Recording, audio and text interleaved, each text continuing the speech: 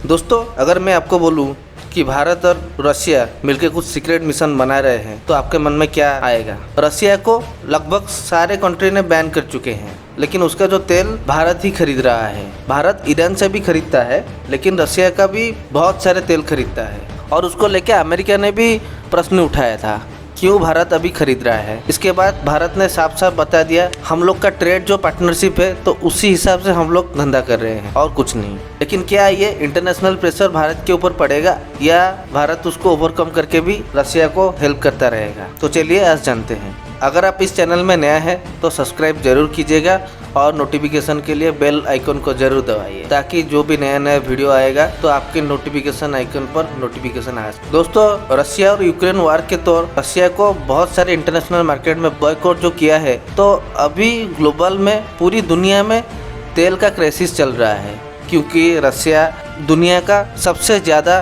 Crude oil भेजता है। अभी सब देश क्रूड ऑयल और गोल्ड के ऊपर डिपेंडेंट होते हैं। तो अगर रशिया का जो बॉयकॉट का जो सिनेरियो चल रहा है, इसलिए रशिया भी क्रूड ऑयल देने के लिए भी जो बॉयकॉट किए हैं उनको मना कर रहा है। और दोस्तों, ये भी कहा जा रहा है भारत भारी मात्रा में रशिया से तेल खरीद रहा है। और ये जो भारी मात्रा में जो तेल खरीद रहा है, तो ये भारत भी ये तेल यूरोप के कुछ देशों में भी भेज रहा है। तो आप ये बोल सकते हैं कि भारत और रशिया मिलके रशिया का तेल भारत के थ्रू रशिया भेज रहा है। क्या ये कितने दूर तक ठीक है या गलत है, ये आगे समय ही बताएगा। दोस्तों, अभी मैं जितना बात बोला तो उसका कहानी कब शुरू होती है? ये जब हुआ रशिया और यूक्रेन वार जो हुआ, रशिया ने अटैक करना शुरू किया, उसके बाद वेस्टर्न का सब जो कंट्री है ये सब रशिया से तेल लेने के लिए मना कर दिए। जिसके बाद रशिया का सबसे बड़ा मार्केट बंद हो गया, जहाँ पर रशिया तेल भेज के वो अपने देश के लिए बहुत सारे एसेट बनाता था। लेकिन तेल का जो बॉयकॉट का जो सिनेरियो हुआ, ये रशिया के ऊपर बहुत बड़ा झटका लगा। दोस्तों, ये सब जो बॉयकॉट का सिनेरियो हुआ, उसी दौरान दुनिया में सब तेल की संकट में जूझ रहे थे। लेकिन जून महीने में गुजरात की वाडिनार पोर्ट पर HCF प्रीमियर तेल टैंकर आके लगा। और ये जब पोर्ट में लगा, उसके बाद सारे दुनिया में हलचल मच गया।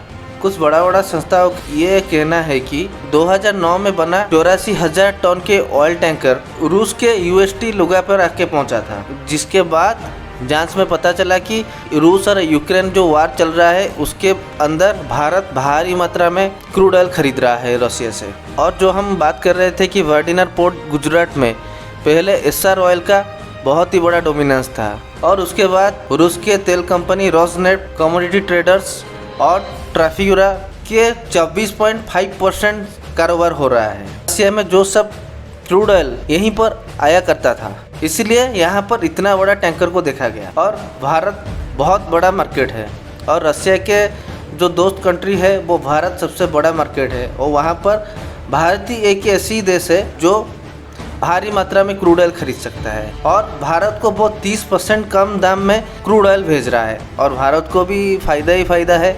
अगर 30% कम के हिसाब से अगर क्रूड ऑयल मिल रहा है तो हम लोग के लिए अच्छा भी है। और रशिया जो हम लोग का जो बहुत बड़ा दोस्त कंट्री है, तो उनका हेल्प भी हो जाएगा, तो हम लोग को तेल भी मिलता रहेगा। और विशेषज्ञ ये भी मानना है, अमेरिका, ब्रिटेन, यूरोप जो बॉयकॉट का ट्रेंड कर रहे थे रशिया के अगेंस्ट में, ये भारत जो कच्चा तेल खरीद रहा है, इसके लिए ये उनके प्लान में बहुत ही बड़ा पानी फेर रहा है। ये जो प्रतिबंधक जो लगा है, उसके बीच भारत को रशिया ने मई महीने में $20 बिलियन का तेल आयात किया है।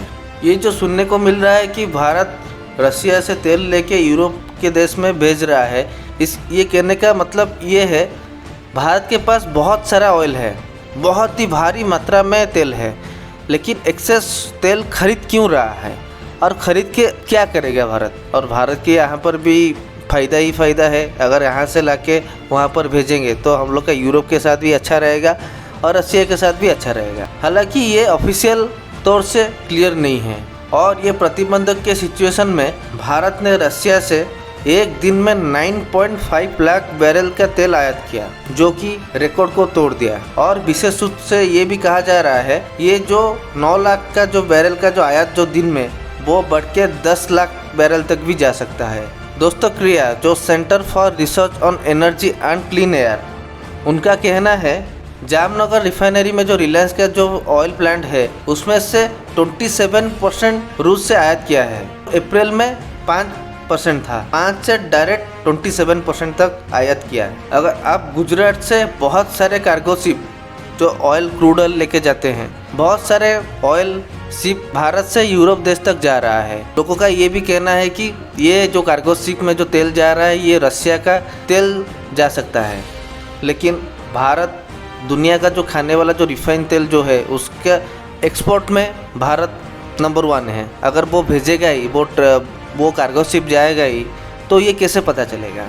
तो ये भारत इसका फ़ायदा भी ले रहा है, आप ये भी बोल सकते हैं। तो दोस्तों, आप लोग का राय क्या है? क्या भारत रसिया को मदद करना चाहिए या नहीं चाहिए? क्या रसिया ने भारत को बहुत ही ख़राब टाइम में ही मदद किया था, तो अभी दोस्त को मदद करने का टाइम आ गया, क्या ये कहा जा सकता है? तो आप अपने राय कमेंट बॉक्स में ज़रूर शेयर कीजिए और चैनल को सब्सक्राइब ज़रूर कीजिए और बेल नोटिफिकेशन पर ज़रूर प्रेस कीजिए ताकि नया नया वीडियो आते ही आपको नोटिफिकेशन मिलता रहे। धन्यवाद।